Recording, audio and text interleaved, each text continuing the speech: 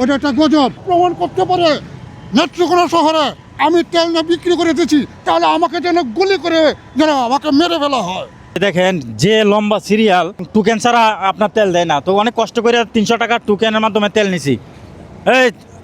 এইদিকে ক্যামেরা নিয়ে, ওই যে চাচা তেল নিয়ে যাইতেছেন। চাচা এই তেল, এত তেল আপনি নিয়ে যাইতেছেন, আমরা তেল পাই না টাঙ্কি দিয়া। হ্যাঁ, আমাকে জিজ্ঞেস করার জন্য আপনাকে অসংখ্য ধন্যবাদ। আমার পরিচয়, এইটা আমার পরিচয়। আমি একজন নেত্রকোনার ডিসি সাহেবের স্বেচ্ছাসেবক। এদিক দিয়ে ক্যামেরা, এদিক দিয়ে। আর আমি এখানে এটা তেল লইলাম, অনেকে আছে। সেদিন আমি দেখলাম যে একটা বাচ্চা নিয়ে হসপিটালে যেতেছে, গাড়িটা তেল পড়ে গেছে।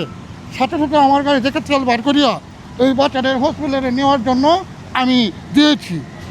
তার মানে আপনি বলতেছেন যে এখানে যে এতগুলা তেল নিছেন, আপনি এই রাস্তায় যদি কেউ অসহায় এরকম মানুষ আছে যে হসপিটালে যাইতে পারতেছে না, হ্যাঁ অনেক বিপদে পড়ে গেছে, পাম্প পর্যন্ত যাইতে পারতেছে না, তাদের জন্য কি আপনার তাকে ওই তেলটা দিয়ে যেখানে তেল দিতেছে অতটুকু তেল দিব তাকে, যেন সে যেখানে তেল দিতেছে সেখানে সে যেন পৌঁছতে পারে। মানে চিন্তা করা যায় প্রিয় বন্ধুরা, আমরা তো ভাবছিলাম অন্যটা, মানে যে জায়গায় মানুষের তেল পাচ্ছে না, উনি 600 টাকার তেল নিছে। আর উনি তেলটা নেওয়ার কারণ হইলো দেখা গেছে রাস্তাঘাটে অনেক সময় মানুষ বিপদ আপদে পড়ে, হ্যাঁ বিপদে পড়ে উনি তাদেরকে হেল্প করে এবং কোনো অর্থের বিনিময়ে না। তো এই জিনিসটা সবচেয়ে ভালো লাগছে। কেউ প্রমাণ করতে পারে নেত্রকোনা শহরে আমি তেল না বিক্রি করে দিয়েছি, তাহলে আমাকে যেন গুলি করে যেন আমাকে মেরে ফেলা হয়। যাই হোক, আপনার জন্য শুভকামনা, এবং সবাই সবার জায়গা থেকে আমরা যেন এই মানবিক কাজগুলো করি। তাহলে আসুন আমরা সবাই এগিয়ে আছি মানুষের জন্য।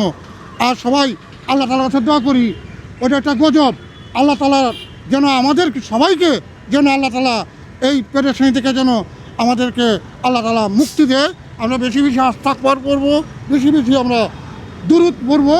আল্লাহ তাআলা যেন আমাদেরকে এই পেরেশানি থেকে যেন আল্লাহ তাআলা, সকল পেরেশানি থেকে যেন আল্লাহ তাআলা মাফ করে দেয়। সকলকে ধন্যবাদ। সকলেই ভালো থাকবেন। সালাম আলাইকুম।